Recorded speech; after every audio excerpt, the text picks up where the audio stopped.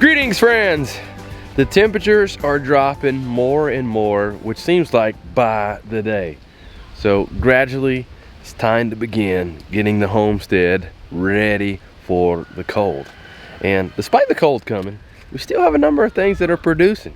And here we have tomatoes that are still growing. I'm just letting them grow just to see what happens. And we still have things in the garden growing that we need to harvest. But we recently got some new ducklings, so let's go check on them, see how they're doing, because right now this has been the coldest day that we've had so far.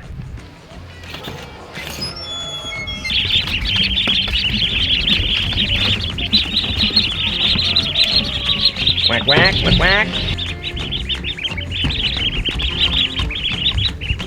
Everyone looks fine and warm here, just a little hungry and thirsty. Overall, I've learned just from raising ducklings that they do a lot better with colder temperatures than chicks. So they should be totally fine with the colder temperatures that we have going on right now, as you can see. Let's get them some water.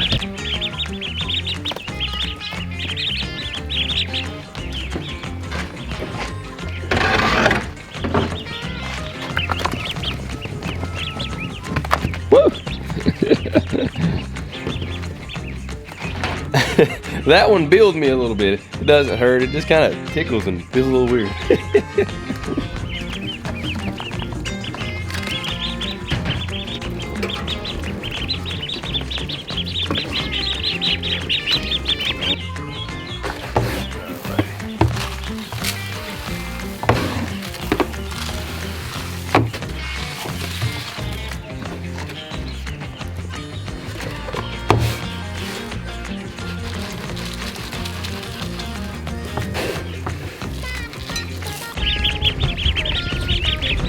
Quack, quack, quack, quack.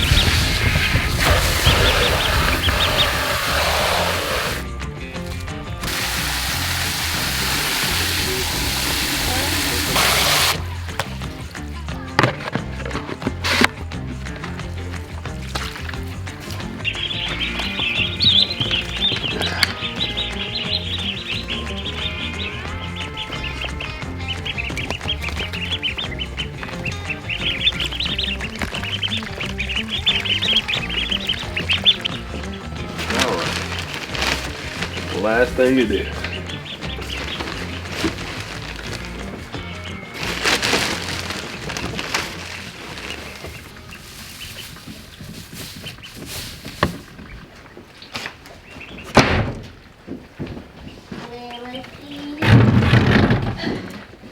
Get there.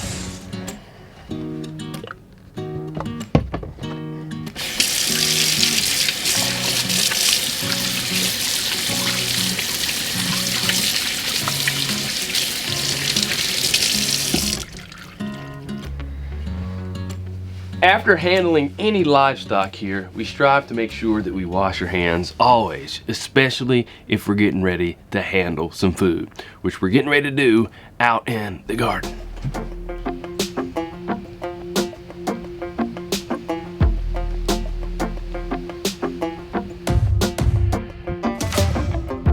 Maybe I was blind, known you forever while I tried to find someone that could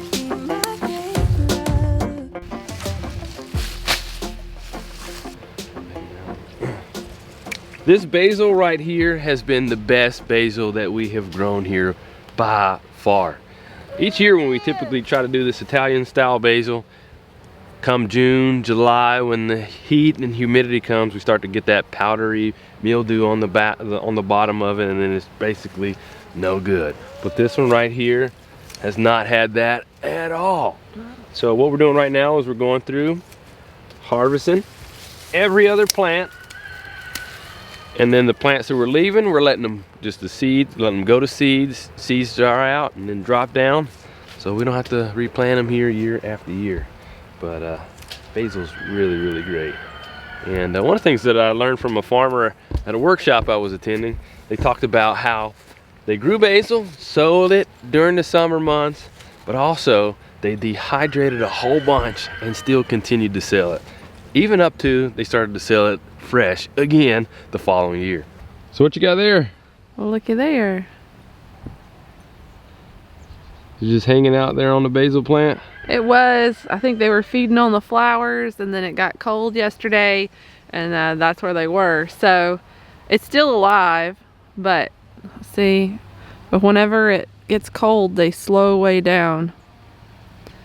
And just like that. And they just hang on. So these will probably die.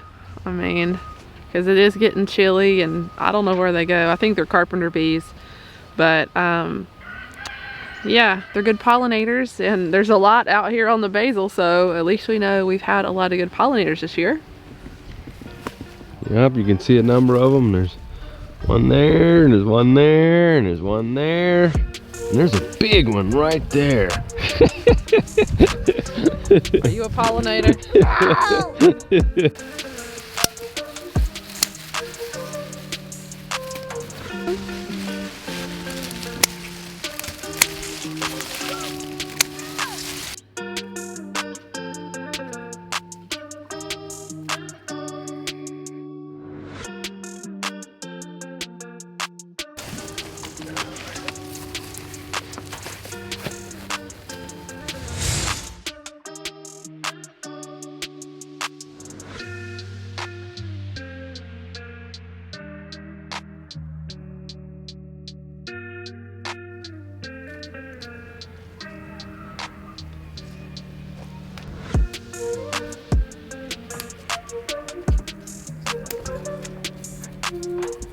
So a number of you have been requesting for Lacie to talk more about herbs. Well, here's her chance to talk about basil, which is an herb. Yes, it is an herb. Very good, Mike. Very good. So what information do you have for our viewers about basil? Well, normally by this time of year, we don't have any basil. This is like really weird for us to have basil in November. This basil has done so well this year. But one thing basil is good for, it's just like most herbs, anti-inflammatory, but it also is a mood lifter. So just smelling it, you know, can make you feel better. And you know, you can use it in your food. We can make pesto out of it and freeze it. There's all different kinds of ways to preserve it, but we are going to dehydrate a bunch of this basil, and that way we can use it in the winter months, in, you know, your Italian dishes, anything like that, and just preserve the harvest. I must admit, I really enjoy the aroma of basil. It smells so great. Another way I like to use basil is as a tea. You can make basil tea. If you didn't know that, there's a little tip for you. And yes, it is good as a tea, but most people use more a different type of basil. They'll use like a blue spice basil or a holy basil, things like that. I don't know, I've never used Italian basil in a tea, but you know, there's always a chance to try new things.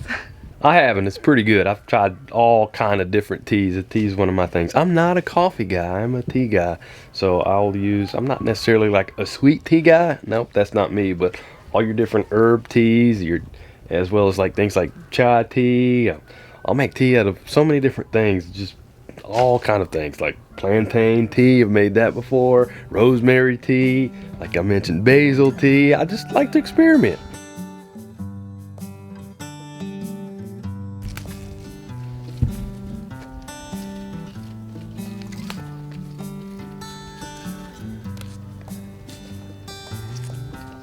There are so many more uses for basil, and it's really easy to forget all of those uses because, you know, our main way to use it is eating it. But earlier I came inside and I wanted to check one book that I really enjoy, and it's called The Homesteader's Herbal Companion by Amy Fuel. And in here it lists, you know, all your common herbs and everything, but basil is one of the ones that is listed in here. And it talks about the uses and how to harvest it, the history of it. And that's just in the beginning, but in the further back, you can even see how to use it with your chickens or companion planting.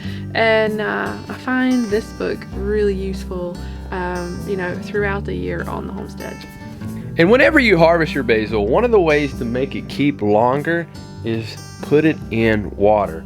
And this basil right here, we've had in here, I don't know, it's maybe been like a month or so now, and it's still green. And you know what? It has also sprouted roots on it. And now that it's rooted, we can actually just put it in a pot in here and let it grow indoors over winter and just harvest here and there throughout the colder months. Well, as Lacey's finishing up here with the basil, we got more to harvest outside of some other things.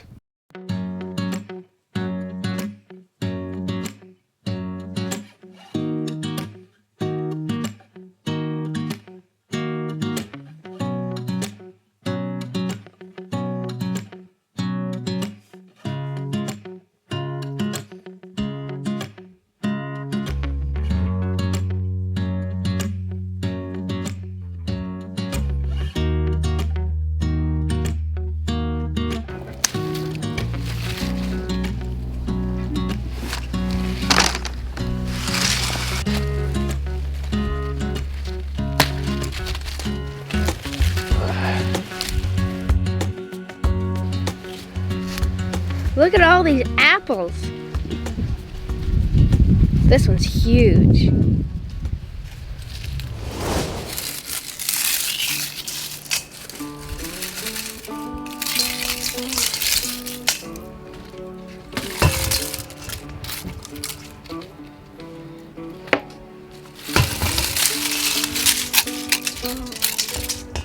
And here we have our dried basil.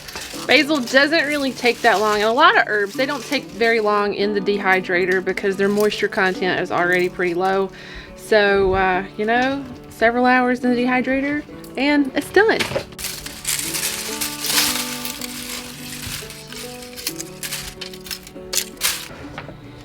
Last one.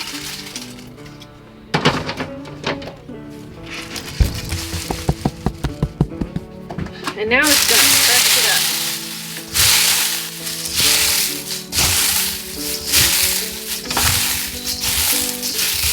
It smells really good. It's supposed to be a mood lifter, remember?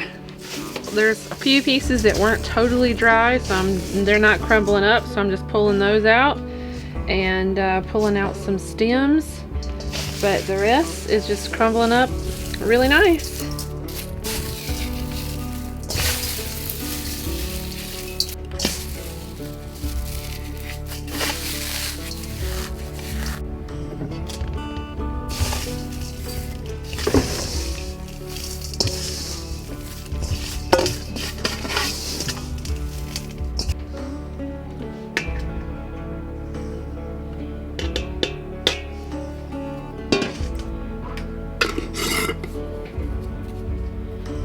And there we go.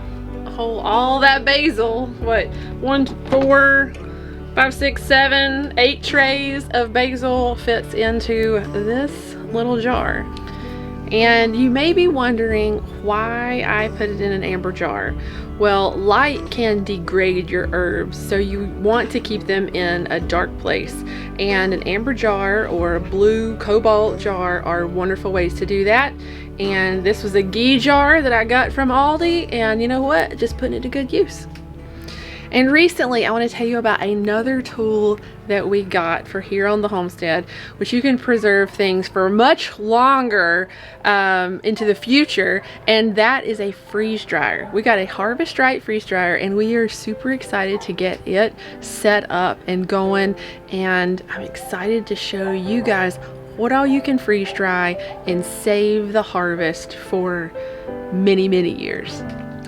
I've already been thinking of all kinds of things that we can freeze dry, but I've also joined some different groups just to give me some other ideas, and I saw something that's really cool. One lady, her daughter is pregnant and lives in states, several states away. So what she did is she went out and got her daughter's favorite takeout food. I think it was pad thai, and she was gonna freeze dry it so then she could mail it to her daughter that lived far away. And like, how cool would that be?